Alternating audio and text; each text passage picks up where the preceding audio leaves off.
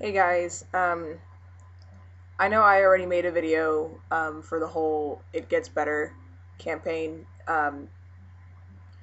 but I want to kind of make another video similar to that, um, talking about depression and just kind of letting you guys know how I feel about that, what I think, and what's been going on with me.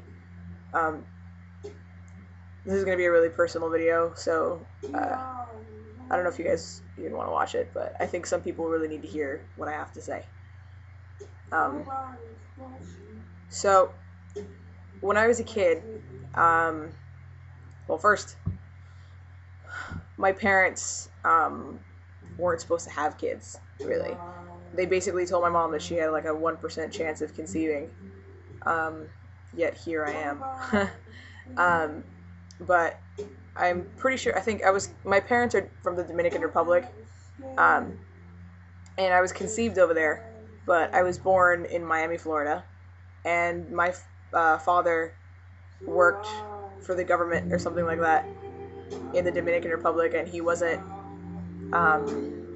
allowed to leave the country until I think I was about 2 years old because he was working on something.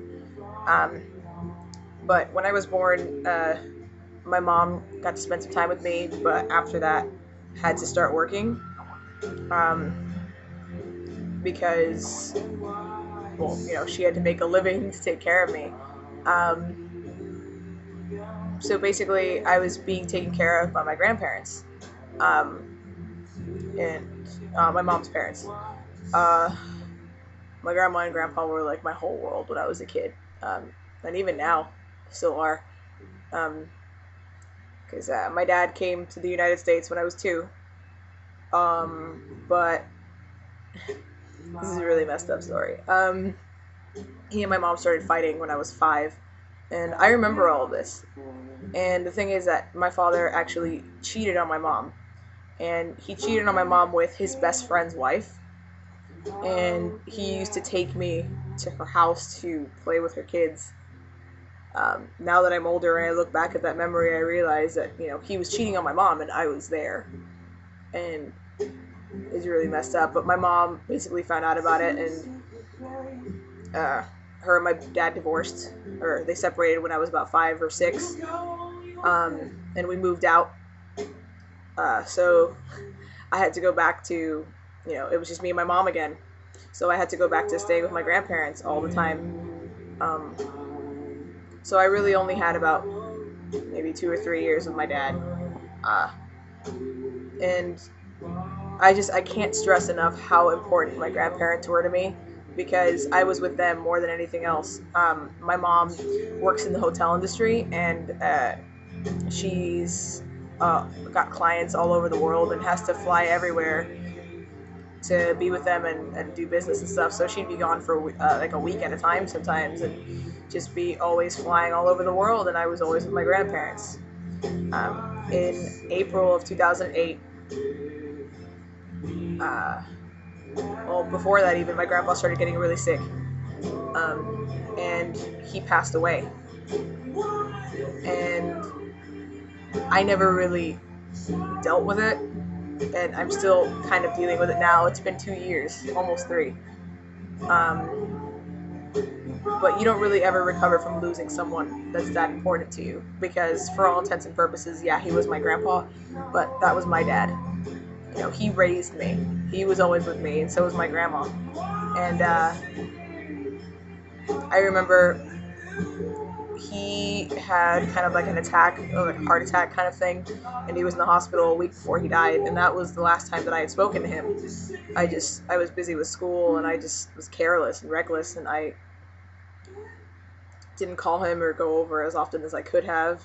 And I remember Saturday night, he died on a Sunday morning. It was Saturday night, and I called the house, and my grandparents were kind of poor, so they didn't have the dual line thing.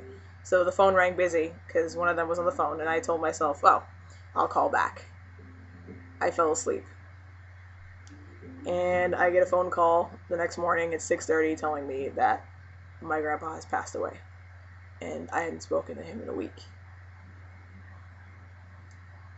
And I remember going to the wake and the funeral and all that, and just thinking, like, this can't be real, this can't be happening. My grandma fainted about, yeah, it's too loud. She fainted about 6 times at the funeral, and it was just really bad. And it's one of those things I'll never get out of my mind, just the vision of him lying there dead. And I remember I touched him and he was cold. And what helped me get through that really was my family and my girlfriend. I was going out with this girl, and we had been dating for 3 years at that time, almost 4. And all of this happened in Miami. I'm originally from Miami. I've said this a couple times, but this is my first video. You wouldn't know that. So after that, I decided that I was going to come to college here in Austin, Texas, because I'm studying music, and it would just be better for me here. Shortly after, and this is a year after my grandpa passed away. Shortly after I moved out here, my girlfriend of 4 years, nearly, you're like a month away from making 4 years, she cheated on me with a friend of mine. And she had a pregnancy scare. And this was the person that I trusted above anybody else. And I didn't even find out about this from her. I found out from someone else months later. And I also found out some things through Facebook. And it just felt like, my grandpa died. I moved to Austin. I was all by myself. My parents live in San Antonio. For those of you who don't know, that's 2 hours away from here. I didn't know anybody. I didn't have any friends, really. And then I find out this about my girlfriend. And literally everything that I had just was gone, just like that. And it was really hard. I mean, in January, one morning, I woke up and I was talking to her, and she basically ended up telling me that everything that I was going through and everything that was hurting me was my fault. And I couldn't take hearing that. And I remember I went into the bathroom and I grabbed a bunch of Tylenol and I just downed it. And I nearly destroyed my liver. And I was in the hospital, and I got out and was in therapy. I've been in therapy now. It's October. I've been in therapy for 10 months. And the reason I'm telling you all of this is because a lot of my friends are very depressed. And people are under this horrible misconception that, you can recover from a depression in a week or a month. And some people don't ever recover from a depression, really. They learn how to live with it. I'm making this video to tell you to not give up. There were a lot of times when I thought, it's been 5 months, it's been 6 months, 7 months, I'm never going to get better. I'm going to stay like this forever. I don't know what it was last month.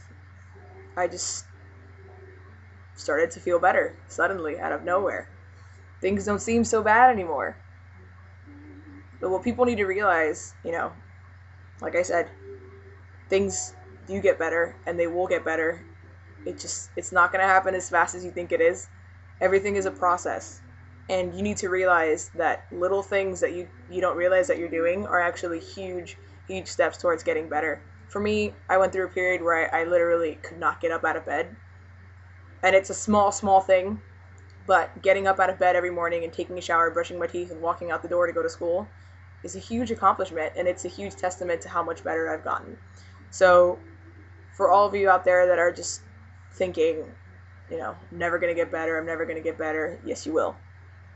Take a look around. Stop and take a look around and realize that these little things that you're doing are all baby steps towards a huge goal. And someday, all those little steps are going to start racking up, and you have, all this progress to look at. And be proud of the little things, because those are the ones that matter the most. And I'm here to tell you, it's been 10 months of hell, but I'm still here, and I can honestly say that I'm happy for the first time. So please, please, please, please, please hang in there. And if you need somebody to talk to, I'm here. I'm repeat X on Tumblr if you need to talk. So please, please, please, I hope you enjoyed this, and just hang in there, because I love you all. All of you. Seriously. I love you.